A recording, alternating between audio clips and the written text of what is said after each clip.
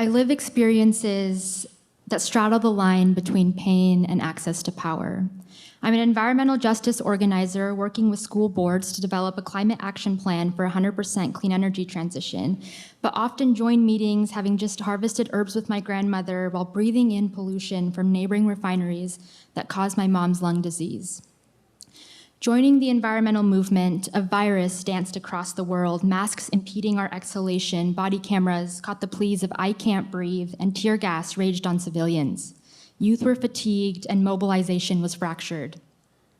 Noticing the impact of refineries encircling my childhood home implored me to ask, how do we cope with the loss of our home? How can a just transition create solutions that allow people to stay in the home that they love? These are questions that force us into action, to give ourselves to something greater than ourselves, force us to do things that we're scared to do and show up in spaces that we're scared to be in. And while it takes the greatest amount of emotional labor to fight against the forces that scare us the most, I organize around issues that impact my community directly, because the people closest to pain should be the closest to power.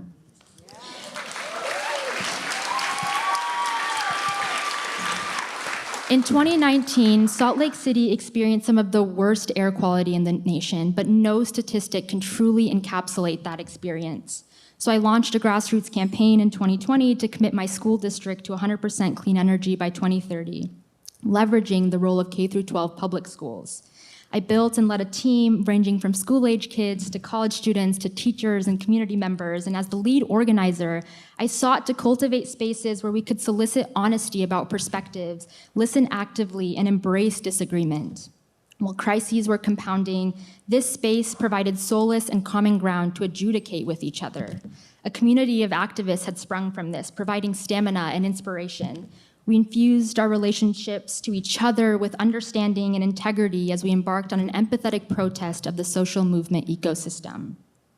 We rallied around art, passion, and people to build collective power, the type of power that no one could silence or dismantle, power passed through stories and acts of resistance.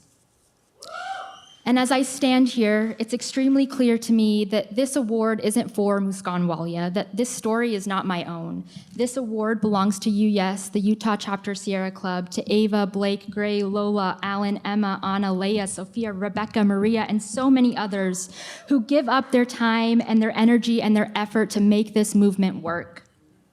This is an award to celebrate we who don't just act on issues, but activate those around us. We who rally behind each other, every person, and ideas. We who put wind in the sail of ideas that create space for things that may be completely brand new. Ideas that push the needle forward and help us feel justice, foster respect, kindness, and compassion, and encourage us to take care of each other. I stand here on the sturdy shoulders of the many people who have come before me, stood beside me, and challenged me. Many who showed me how to be a good steward of relationships and helped me understand the importance of building people up and leaving them better than you found them.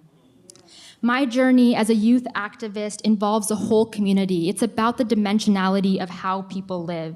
It's motivated by the fact that the meaning of advocacy is and should be made by the people who need it the most. And that to find joy amongst each other, we must be willing to forego individual profit for the common good. As the student leader of the 100% Clean Energy campaign, I have been deceived, I've been fed distorted narratives and empty promises by legislators, agencies, and administration. And I too had the chance to resort to speaking with media outlets and public shaming to feel seen and achieve that 100% clean energy transition.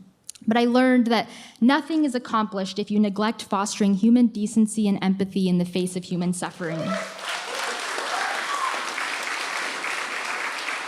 Integrity encouraged me to understand that I was sculpted by the way that I acted when truth and goodness were on the line. So I embraced the messiness of our interconnectedness with the youth team and the school administrators and continued to forge trust.